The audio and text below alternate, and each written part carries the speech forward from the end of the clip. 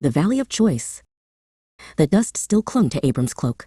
He had marched hundreds of miles, chasing the coalition of kings who had taken Lot captive and emptied the valley of its treasures. Now victory was his. He stood in the King's Valley, the setting sun casting long, exhausted shadows, ready for rest. But rest would wait. As he approached the city of Salem, two figures emerged to meet him. One was the King of Sodom, sleek and self-assured, coming to reclaim his lost people and possessions. His face was a mask of calculating relief. The other figure was a man whose presence immediately shifted the air from gritty warfare to sacred space. This was Melchizedek, King of Salem, priest of God Most High. He did not arrive with fanfare or demands, but with quiet authority. He brought no gold or worldly riches, only the essential, sacramental offerings, bread and wine. These were sustenance for the weary warrior and symbols of a higher covenant, gifts transcending the spoils of war Abram had recovered.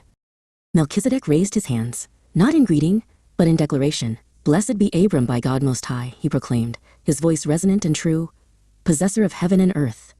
"And blessed be God Most High," the priest continued, "who has delivered your enemies into your hand." He made clear the source of the victory. It was not Abram's strength alone, nor the skill of his trained men, but the sovereign power of the Creator. Abram's heart, which had been focused on the logistics of the recovered goods, now shifted entirely. Recognizing the voice of truth and the authority of the highest priest, Abram immediately selected a portion of everything he had brought back. He gave Melchizedek a tenth. As the sacred transaction concluded, the King of Sodom seized his opportunity. "Give me the people," he demanded, gesturing toward the freed captives. "But keep the goods for yourself." He offered worldly wealth in exchange for future indebtedness. This was the true test. To accept the spoils meant recognizing the King of Sodom as the source of his prosperity, a partnership with the very world he was called to separate from. Abram stood tall, his weariness forgotten, and rejected the offer outright. "I have lifted my hand to the Lord, God Most High, possessor of heaven and earth," Abram declared. His vow was clear. He would not take so much as a thread or a sandal strap from the king. Abram continued, "Lest you should say, 'I have made Abram rich.'" He refused to let the world claim credit for the blessings that only came from heaven.